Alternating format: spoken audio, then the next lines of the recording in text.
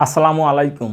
সাইদুলস ম্যাথে সকলকে স্বাগতম। আজ আমি তোমাদের সপ্তম শ্রেণীর গণিত অনুশীলনী 7.2 পর্ব 3। দেখো এখানে বলছে নিচের সমস্যাগুলো থেকে সমীকরণ গঠন করে সমাধান করো। তার মানে এই সমস্যাগুলো থেকে এই অঙ্কগুলো থেকে প্রথমে একটা সমীকরণ গঠন করতে হবে। সমীকরণ গঠন করার পর তারপরে অঙ্কটি সমাধান করতে হবে। তাহলে চলো শুরু করি প্রথমে 7 নাম্বারটা। 7 নাম্বার এখানে কি বলছে দেখো। 7 নাম্বার এখানে বলছে দুটি সংখ্যার যোগফল 55 এবং বড় সংখ্যাটির 5 গুণ ছোট সংখ্যাটির 6 গুণের সমান সংখ্যা দুটি নির্ণয় করো। তার মানে বলছে যে এখানে যে দুটি সংখ্যা হবে, যেই দুটি সংখ্যার যোগ করলে 55 হবে, বড় সংখ্যাটির 5 গুণ এবং ছোট সংখ্যাটির সঙ্গে 6 গুণ করলে, অর্থাৎ তার মানে যে দুটি সংখ্যা যোগ করলে 55 হবে এই দুটি সংখ্যার মধ্যে থেকে একটি সংখ্যা বড় হবে এবং একটি সংখ্যা ছোট হবে। যে সংখ্যাটি বড় হবে সেই সংখ্যাটির সঙ্গে 5 গুণ করতে হবে এবং যে সংখ্যাটি ছোট হবে সেই ছোট সংখ্যাটির সঙ্গে 6 গুণ করতে হবে এবং বড় সংখ্যাটির সঙ্গে 5 গুণ করলে যে সংখ্যাটি দাঁড়াবে, ছোট সংখ্যাটির সঙ্গে 6 গুণ করে যে সংখ্যাটি দাঁড়াবে, সেই দুটি সংখ্যা কি হবে? সমান হবে। তাহলে এই দুটি সংখ্যা কিন্তু আমি জানি না, দুটি সংখ্যা আমি জানি না, তাহলে আমি ধরে নিলাম যে ধরি, তুমি ধরি লিখতে পারো অথবা মনে করে লিখতে পারো। ধরি ছোট সংখ্যাটি x ধরে নিলাম। আমি ছোট সংখ্যাটি কত ধরে নিলাম? x ধরে নিলাম। তাহলে এখানে দুটি সংখ্যার মধ্যে আমি একটি সংখ্যা ধরেছি আর একটা সংখ্যা ধরি নাই। তাহলে এই 55 থেকে তাহলে দুটি সংখ্যার যোগফল কিন্তু 55। অর্থাৎ এই 55 থেকে যদি আমি এই ছোট সংখ্যাটি বাদ দিই তাহলে কিন্তু বড় সংখ্যা পেয়ে যাব। যেমন দেখো, মনে করি x আর y দুই ধরি, তাহলে এখানে চলক এসে যা দুটো চলক যখন আসবে, দুটো আননোন ভ্যালু যখন হবে, তখন কিন্তু অঙ্কটা সমাধান করা কঠিন। এই জন্য কি দুটি চলকে যদি, যেমন দেখো x আর y যদি যোগ করি 55, মনে করে এটা ছোট সংখ্যা আর y হলো বড় সংখ্যা, তাহলে এই y বড় সংখ্যা আমরা রেখে দিলাম। তাহলে ছোট সংখ্যা 55 থেকে যদি আমি এই ছোট সংখ্যাটা যদি বাদ দিই, অর্থাৎ x ওই পাশে নিয়ে গেলে তাহলে মাইনাস হয়ে যাবে। তাহলে 55 থেকে ছোট সংখ্যাটা যদি আমি বাদ দিই তাহলে কিন্তু আমি বড় সংখ্যাটি পাবো। বুঝতে পারছো? যেহেতু এখানে আমি ধরেছি ছোট সংখ্যাটি x, তাহলে আমরা এখানে লিখতে পারি বড় সংখ্যাটি। কেন আমার এটা বের করতে হবে? তার কারণ এখানে বড় সংখ্যাটির সঙ্গে 5 গুণ করতে হবে, তাহলে বড় সংখ্যাটি বের করে নিতে হবে। তারপর ছোট সংখ্যার সঙ্গে 6 গুণ করতে হবে। ছোট সংখ্যা তো আমি পেয়ে গেছি, তাহলে আর ছোট সংখ্যা আমি পেয়ে গেছি, এখন বড় সংখ্যাটি বের করতে হবে। তাহলে লিখতে পারি বড় সংখ্যাটি কত? এই দুটি সংখ্যার যোগফল হলো 55। এই 55 থেকে ছোট সংখ্যাটি বাদ দিলাম, অর্থাৎ দুটো সংখ্যার মধ্যে একটি সংখ্যা বাদ দিলাম, একটি সংখ্যা কি ছোট সংখ্যাটি বাদ দিলাম, তাহলে এখানে পেয়ে গেলাম বড় সংখ্যাটি। আবার বলছি দেখো, যে দুটি সংখ্যা যোগ করব সেই দুটি সংখ্যার মধ্যে থেকে একটি সংখ্যা বড় এবং একটি সংখ্যা ছোট, সেই বড় সংখ্যা এবং ছোট সংখ্যা যোগ করলে কত? 55 হবে। তাহলে এই দুটি সংখ্যার মধ্যে একটি সংখ্যা আমি ধরে নিচ্ছি x, কোন সংখ্যা ধরেছি? ছোট সংখ্যাটি। তাহলে এই যে টোটাল ছিল 55, অর্থাৎ এই 55 থেকে যদি ছোট সংখ্যাটি বাদ দিই তাহলে আমি বড় সংখ্যাটি পাবো। এখন আমরা লিখবো শর্ত মতে লিখতে পারো অথবা প্রশ্ন মতে লিখতে পারো। দেখো এখন আসি এখানে বড় সংখ্যাটির 5 গুণ, তাহলে বড় সংখ্যাটি ধরেছে এটা 55 - x, এর সঙ্গে আমি কত গুণ করব? 5 গুণ করব। তারপরে বলছে ছোট সংখ্যাটির 6 গুণের সমান, তার মানে বড় সংখ্যাটির সঙ্গে 5 গুণ করে সংখ্যাটি পেলাম এটা। ছোট সংখ্যার সঙ্গে 6 গুণ করলে কী হবে? সমান হবে, অর্থাৎ দুইটা সমান হবে বলে সমান দিলাম। ছোট সংখ্যাটি কত? x, তার সঙ্গে 6 গুণ করলাম, অর্থাৎ বড় সংখ্যাটির সঙ্গে 5 গুণ করলে এই সংখ্যাটি দাঁড়াবে। ছোট সংখ্যাটি x, তার সঙ্গে 6 গুণ করলে এটা দাঁড়াবে এবং এই দুইটা কী হবে? সমান হবে, এই জন্য সমান দিলাম। তারপরে দেখো এখানে কিন্তু বলছিল সমীকরণ গঠন করো, তার মানে কিন্তু সমীকরণ গঠন হয়ে গেল। কীভাবে বুঝলাম? আমরা জানি সমীকরণটা কি? চলক, প্রক্রিয়া চিহ্ন ও সমান চিহ্ন সংবলিত গাণিতিক বাক্যকে সমীকরণ বলে। তার মানে সমান চিহ্ন থাকবে, প্রক্রিয়া চিহ্ন থাকবে। প্রক্রিয়া চিহ্ন বলতে যোগ বিয়োগ গুণ ভাগ থাকবে। তাহলে দেখো এখানে সমান চিহ্ন আছে, বাম পাশে আছে, ডান পাশে আছে, দেখো এর মধ্যে যোগ বিয়োগ সবই আছে। দেখো এই 55 চিহ্ন হলো যোগ, x এর চিহ্ন মাইনাস, এটার চিহ্ন গুণ। অর্থাৎ শুধু যদি যোগ থাকে তবু সমস্যা নাই, শুধু বিয়োগ থাকলে কোনো সমস্যা নাই, শুধু গুণ থাকলে সমস্যা নাই, ভাগ থাকলে সমস্যা, যে কোনো একটা থাকলেই হবে। তার মানে হয়ে গেল। এখন এই যে একটা সমীকরণ আছে, এই সমীকরণ থেকে আমার অজ্ঞাত রাশি, দেখো অজ্ঞাত রাশি হলো x, তার মানে এই x এর মানটাই বের করতে হবে। তাহলে বা এই 55 একবার গুণ হবে কার সাথে? এই 5 একবার গুণ হবে 55 সঙ্গে, এই 5 একবার গুণ হবে x এর সঙ্গে। 5 আর 55 যদি আমরা গুণ করি তাহলে কত হয়? দেখো 5 × 5 = 25, 5 হাতে কত? 2, 5 × 25 = 26, 27, অর্থাৎ 275। তারপরে এখন কী করবে, এই যে মাইনাসটা রেখে দিলাম, 5 আবার গুণ হবে এক্সের সঙ্গে, 5 আর এক্স গুণ করলে 5x, এই সমান থাকলে এক্স আর 6 দিয়ে আমরা গুণ করি তাহলে হয়ে যাচ্ছে 6x। ওকে, এখন তুমি চাইলে এই 5xটা ওই পাশে নিয়ে যেতে পারো বা 6x এই পাশে নিয়ে যেতে পারো, আবার তুমি চাইলে ডান পক্ষটা আগে লিখতে পারো, বাম পক্ষটা পরে লিখতে পারো, তাহলে তোমার প্লাস মাইনাসে যে একটা ঝামেলা, সেই ঝামেলাটা আসবে না। তাহলে এখানে আমি বা দিলাম, তাহলে ডান পাশটা আমরা আগে লিখলাম, এই সমান এখানে রেখে দিলাম, বাম পাশটা ওই পাশে নিয়ে গেলাম, 275, তারপরে মাইনাস 5 6 কী করলাম, শুধু উল্টাই দিলাম, যেমন ডাস্টারটা মনে করো ডাস্টারটা এইভাবে ছিল, আমি শুধু এইভাবে লিখলাম, তাছাড়া কোনো সমস্যা নেই। তার মানে এই যে এখানে ডান পক্ষে দেখো আছে 6x, বাম পক্ষে আছে 275 মাইনাস 5x, তাহলে আমি কি ডান পক্ষটা আগে লিখলাম, বাম পক্ষটা পরে লিখলাম, যাতে আমার প্লাস মাইনাসের একটা ঝামেলা, সেই ঝামেলা থেকে বাঁচার জন্য এইটা করলাম আর কি। অর্থাৎ এইটা আগে লিখলাম, এটা পরে লিখলাম, যেহেতু এটা সমান, তাহলে এটা আমি আগে লিখতে পারি, এটা পরে লিখতে পারি, কোনো সমস্যা নেই। তারপরে যে বা থাকলো এখানে 6x, ডান পাশে দেখো আছে মাইনাস 5x, এই মাইনাস 5xটা যদি আমরা বাম পাশে নিয়ে আসি, কোনো সংখ্যা অক্ষর যেটাই বলো না কেন, সেটা যদি আমরা ডান পক্ষ থেকে বাম পক্ষে নিয়ে আসি অথবা বাম পক্ষ থেকে যদি ডান পক্ষে নিয়ে আসি, সেই সংখ্যা বা অক্ষরের কোনো পরিবর্তন হবে না, পরিবর্তন হবে কার, চিহ্নের পরিবর্তন হবে। কি পরিবর্তন হবে, যোগ থাকলে বিয়োগ হবে, বিয়োগ থাকলে যোগ হবে, গুণ থাকলে ভাগ হবে, ভাগ থাকলে গুণ হয়ে যাবে। তাহলে এই যে 5x এর চিহ্ন হলো মাইনাস, এটা যদি আমি এই পাশে নিয়ে আসি তাহলে হয়ে যাবে প্লাস, মাইনাস থাকলে প্লাস হয়ে যাবে। তারপরে সমান এখানে 275, এটা রেখে দিলাম, তারপরে বা দিলাম, এখানে এক্স আছে 6টা, এখানে আছে 5টা, তাহলে 5x আর 6 যদি আমরা যোগ করি তাহলে 11x সমান 275। ওকে, তারপরে বা এখানে এক্সের সঙ্গে দেখো 11টা 11 গুণ আকার আছে, অর্থাৎ 11 গুণ আকার আছে, 11 যদি ওই পাশে নিয়ে যাই, গুণ আকার থাকলে সাইড চেঞ্জ করলে অপোজিট পাশে যা কিছু থাকবে সবার সঙ্গে কী হয়ে যাবে, ভাগ হয়ে যাবে। তাহলে বা এক্স সমান কত, এখানে আছে 270, অর্থাৎ 275 ভাগ কত, 11। এখন 11 দিয়ে আমরা 275কে যদি ভাগ করি, যদি তোমরা সরাসরি ক্যালকুলেটার করে ফেলতে পারো বা এইভাবেও করতে পারো, যে এইভাবে সাইড নোট করে তোমরা ভাগ করে নিয়ে এসে রেখে দিতে পারো। 11 দেখো 27-এর মধ্যে কবার যাবে, 11 দুগুণে 22, 11 দুগুণে কত 22, তারপর দেখো 7 থেকে 2 বাদ দিলে কত হচ্ছে 5, এই যে 5 5 11 55, অর্থাৎ 25 পাইলাম। তাহলে এক্সের মান কত, 25, অতএব এক্সের মান 25। তাহলে এক্স আমি কি ধরেছিলাম, ছোট সংখ্যাটি কিন্তু এক্স ধরেছিলাম, তাহলে ছোট সংখ্যাটি আমি কিন্তু পেয়ে গেলাম, ছোট সংখ্যাটি কিন্তু আমি পেয়ে গেলাম। এখন আমরা এখানে লিখতে পারি অতএব নির্ণয় ছোট সংখ্যা, তাহলে এখানে লিখতে পারি অতএব ছোট সংখ্যাটি কত, এখানে ছোট সংখ্যাটি কিন্তু কত পেলাম, ছোট সংখ্যাটি 25 পেয়ে গেলাম। এখন চাইছে দুটি সংখ্যাই নির্ণয় করতে, সংখ্যা দুটিই নির্ণয় করতে বলছে, আমি শুধু একটা সংখ্যা পেয়েছি, আমরা ছোট সংখ্যাটি পেয়েছি, এখন আমি বের করবো কি, বড় সংখ্যাটি। তাহলে এখানে লিখলাম বড় সংখ্যাটি কত ছিল, বড় সংখ্যাটি দেখো এখানে ছিল 55 মাইনাস এক্স, তাহলে এখানে লিখলাম 55 মাইনাস এক্স, এই যে 55, এক্সের মান কত 25, তাহলে কত দাঁড়াবে দেখো, এখানে 30 দাঁড়াবে, অর্থাৎ 5 আবার মিলে গেলে 0, 5 থেকে 2 বাদ দিলে 30, এটা তার মানে একটা সংখ্যা পেলাম 25 আর একটা সংখ্যা পেলাম 30।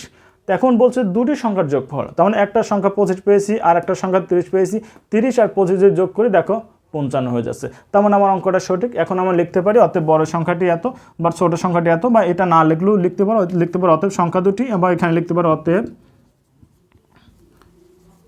নির্ণেয় সংখ্যা দুটি, অতএব নির্ণেয়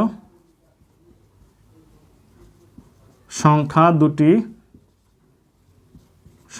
দুইটি কত, একটা পাইলাম তোমার কত, ছোটটা আগে লেখো, তারপর কমা দিয়ে বড়টা পরে লেখো, এটাই আনসার।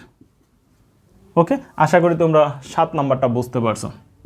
এখন আমরা করব 8 নাম্বারটা, এটা মুছে দিই। 8 নাম্বার এখানে কি বলছে দেখো, 8 নাম্বারে বলছে যে গীতা, রীতা ও মিতার একত্রে 180 টাকা আছে, একত্রে মানে একসাথে, তার মানে 3 জনের টাকা এক জায়গায় যোগ করা আছে, 3 জনের, একটা হলো গীতা, একটা রীতা, একটা মিতা, অর্থাৎ 3 জনের যে টাকার পরিমাণ, সেই মোট টাকার পরিমাণ হলো 180 টাকা। তারপর হচ্ছে রীতার চেয়ে গীতার 6 টাকা কম, ও মিতার 12 টাকা বেশি আছে। আবার বলি দেখো, রীতার চেয়ে গীতার 6 টাকা কম ও মিতার 12 টাকা বেশি আছে, কার কত টাকা আছে। এখানে দেখো 3 জন মানুষের টাকা, গীতা, রীতা ও মিতা, 3 জনের একত্রে 180 টাকা আছে, কিন্তু কার কত টাকা আছে সেটা কিন্তু এখানে বলে দেওয়া হয়নি যে কার কত টাকা, কিন্তু একটা কুলু এখানে দেখো দেওয়া আছে, সেটা তো রীতার চেয়ে গীতার 6 টাকা কম, আবার রিতার চেয়ে মিতার 12 টাকা বেশি, তার মানে রিতারটা যদি আমি বের করে ফেলতে পারি তাহলে সহজে গীতারটা বের করতে পারবো এবং মিতারটা বের করে ফেলতে পারবো। তাহলে তো আমার বলছে যে কার কত টাকা আছে, তাহলে 3 জনের টাকায় বের হয়ে গেল। এই জন্য আমি ধরে নিব যে রিতারটা যেহেতু জানি না, না জানার কারণে ধরে নেব রিতার কাছে আছে এক্স টাকা বা রিতার আছে এক্স টাকা। এখানে আমার লিখি ধরি রিতার আছে, এখানে লিখলাম 8 নাম্বার ধরি রিতার আছে, রিতার আছে কয় টাকা, আচ্ছা সমানে দিই এক্স টাকা, রিতার আছে এক্স টাকা। কেন রিতারটা ধরলাম, তার কারণ রিতার চেয়ে গীতার 6 টাকা কম, তাহলে রিতার টাকা থেকে গীতারটা 6 টাকা বাদ দিলে গীতার টাকা পাবো। আবার রিতার টাকার সাথে আবার বলছে মিতার 12 টাকা বেশি রিতার টাকার চেয়ে, রিতার টাকার সাথে যদি 12 টাকা যোগ করি তাহলে আমরা মিতার টাকা পেয়ে যাব। এই জন্য রিতারটা আমরা জানি না বলে রিতারটা ধরে নিলাম যে রিতার আছে এক্স টাকা। তাহলে এখন লিখতে পারি গীতার